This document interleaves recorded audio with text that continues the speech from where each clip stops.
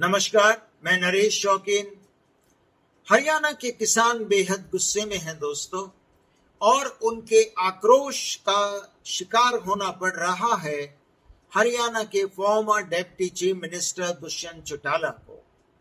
पिछले कुछ दिनों में ऐसी कई घटनाएं सामने आई हैं जब विरोध जताते हुए गुस्से में हरियाणा के किसानों ने दुष्यंत चौटाला को कई गांव में घुसने तक नहीं दिया। जब पहली बार ये घटना सामने आई तो उनकी मां नैना चौटाला, जो खुद जेजेपी की विधायक है, उन्होंने कहा था कि ये किसान नहीं है बल्कि विरोधी पार्टी के कार्यकर्ता हैं।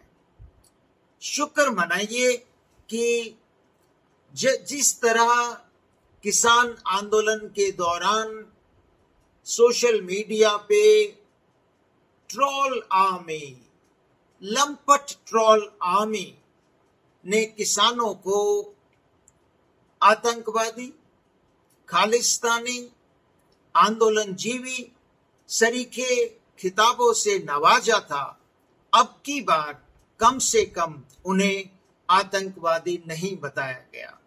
उन्हें सिर्फ ये बताया गया कि वो विरोधी पार्टी के कार्यकर्ता हैं। शायद चुनाव सर पे हैं, ये जो बदलाव किसानों को लेकर आया है इन लोगों के दिल में, ये उसी का नतीजा है। खैर, अभी एक दिन पहले नैना चौटाला ने फिर एक स्टेटमेंट दिया मीडिया के सामने कि दरअसल ये किसान बीजेपी से नाराज हैं, लेकिन टारगेट दुष्यंत चौटाला को कर रहे हैं। फिर भी उन्होंने अपना बड़ा दिल दिखाते हुए किसानों से दुष्यंत चौटाला की तरफ से माफी मांगी है। आप अपने दिल पर हाथ रख के ईमानदारी से बताइए, क्या हरियाणा के किसान दुष्यंत चौटाला को माफ करने के लिए तैयार हैं? क्या हरियाणा के किसान दुष्यंत चौटाला को माफ कर देंगे? दरअसल दुष्यंत चौटाला ने किया क्या है, मैं आपको जरा कुछ साल पहले 2019 के जो असेंबली इलेक्शंस थे वहां लेके जाना चाहता हूं। दोस्तों, जेजेपी का जो ऑफिशियल स्टैंड था उन असेंबली इलेक्शंस की कैंपेनिंग के दौरान, वो क्या था? वो ये था कि हम बीजेपी को जमुना पार यमुना नदी में फेंक देंगे। उन्होंने लोगों से बार बार अपने कैंपेन के दौरान ये वादा किया था कि हम किसी भी सूरत में इलेक्शंस के बाद बीजेपी के साथ किसी तरह का कोई भी तालमेल, कोई गठबंधन, कोई अलायंस नहीं करेंगे। बार बार उन्होंने लोगों को ये विश्वास दिलाया, और परिणाम ये हुआ कि जेजेपी उन इलेक्शंस में 10 एमएलए अपने जिता कर ले आई। बीजेपी के आपको पता है करीब 40 एमएलए ही जीत के आए थे, और जेजेपी के कैंपेनिंग पर, उनके वादों पर लोगों ने इतना विश्वास किया था कि करीब 17% वोट्स जेजेपी को मिली थी, दुष्यंत चौटाला की पार्टी को मिली थी। लेकिन इलेक्शन के रिजल्ट आते ही, जैसे ही त्रिशंकु विधानसभा बनी, तो उन्होंने अपना मौका तलाश किया जेजेपी ने, और तुरंत बीजेपी की गोद में जाके बैठ गए। खुद डिप्टी चीफ मिनिस्टर बन गए दुष्यंत चौटाला, और अच्छी खासी उन्होंने सरकार चलाई। अब पहली बात, इससे बड़ा राजनीति में विश्वासघात हो नहीं सकता, और विश्वासघात कोई अनजाने में नहीं किया था, कोई मासूमियत में नहीं किया था। दुष्यंत चौटाला या उनके पिताश्री कोई इनोसेंट पॉलिटिशियन, कोई नाइव पॉलिटिशियन नहीं है, कोई नौसिखिए नहीं है राजनीति में। ये उनका बहुत ही कैलकुलेटेड, बहुत ही वेल थॉट आउट प्लान था। तो इससे बड़ा विश्वासघात हो नहीं सकता। और ये विश्वासघात और भी ज्यादा संगीन इसलिए बन जाता है कि 2014 के असेंबली इलेक्शन से पहले हरियाणा में जो जाट आरक्षण आंदोलन की फलस्वरूप जो अनफॉर्चुनेटली काफी हिंसा हुई और एक कैंपेन चलाया गया 35 बनाम 1, यानी कि जो पार्टी सत्ता में आई उसने बिल्कुल खुलेआम ये नारा दिया गया, जातिवाद का जहर घोला गया। ये पहली बार किसी स्टेट में हुआ था कि एक जाति के खिलाफ 35 जातियों को, क्योंकि आमतौर पर नॉर्थ इंडिया में लोग कहते हैं कि गांव में 36 बिरादरी 36 जातियां रहती, ये आम बोलचाल की भाषा में सब मानते हैं।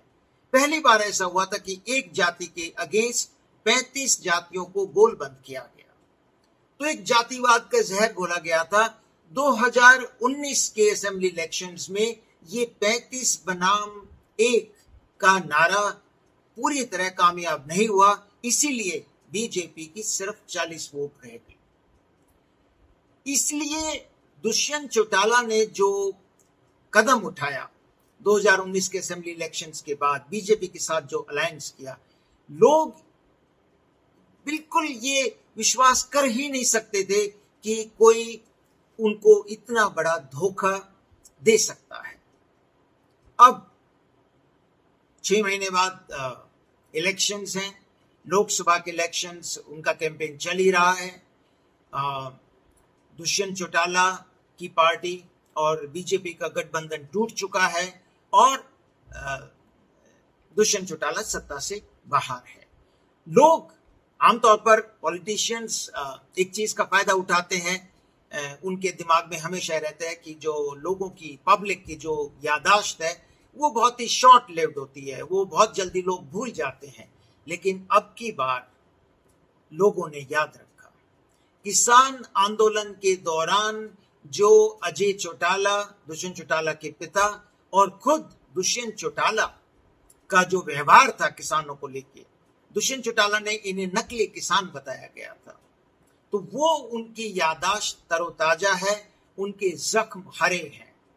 सिर्फ यही नहीं, जब देश की आन बान शान हम हरियाणा की बेटियां, देश की बेटियां, वे रेसलर जिन्होंने ओलंपिक्स में देश का झंडा बुलंद किया, देश का तिरंगा बुलंद किया, मेडल्स लेके आई, उन बजरंग पूनिया, उन सबको जब वो अपने जो अलेजिड सेक्सुअल हैरेसमेंट के खिलाफ जब वो दिल्ली में आंदोलन कर रही थी, धरने पे बैठी थी, तो क्या क्या नहीं कहा गया सोशल मीडिया पे उनको। चाइना के सपोर्टर्स, पाकिस्तान के सपोर्टर्स, देश विरोधी, आंदोलन जीवी, और किस तरह उनको घसीटा गया। उस टाइम भी दुष्यंत चौटाला ने एक शब्द उन महिला पहलवानों के पक्ष में नहीं बोला। सिर्फ यही नहीं, आपको याद होगा कि हरियाणा कैबिनेट के एक मंत्री के खिलाफ हरियाणा की ही एक कोच ने, महिला कोच ने सेक्सुअल हैरेसमेंट के आरोप लगाए थे। उसी कैबिनेट में उनको मंत्री पद से नहीं हटाया खट्टर साहब ने, और यही दुष्यंत चौटाला उसी कैबिनेट में उसी मंत्री के खिलाफ, जिसके खिलाफ इतने संगीन आरोप लगे हैं, उसी कैबिनेट मीटिंग में निर्लज्जता से बैठे रहते थे, तब भी उन्होंने उस महिला कोच के पक्ष में एक शब्द नहीं बोला। तो आज किस मुंह से ये लोग माफी मांग रहे हैं और किस चीज की माफी मांग रहे हैं? देखिए दोस्तों, हमारी पर्सनल लाइफ में अगर कोई हमें अनजाने में धोखा दे दे, कोई हमारे साथ विश्वासघात कर दे, तो हम उनको माफ कर देते हैं, कर भी देना चाहिए।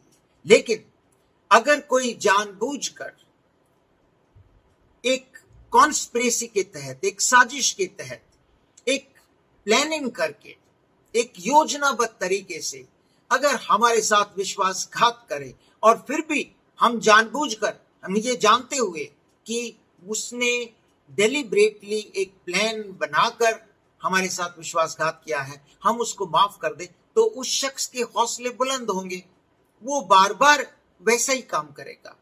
यही बात सार्वजनिक जीवन में भी लागू होती है।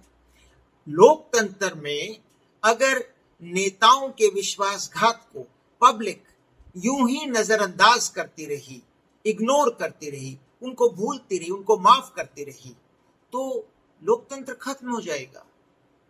इनके हौसले बुलंद होंगे।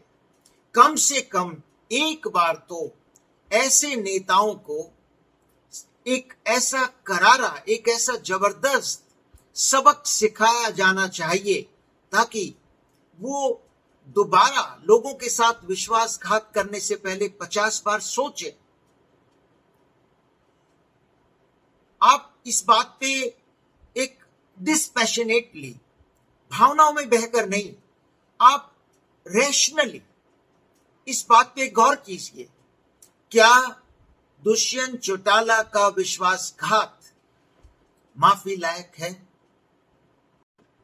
मुझे उम्मीद है कि आप इस बात पर अच्छी तरह से गौर करेंगे।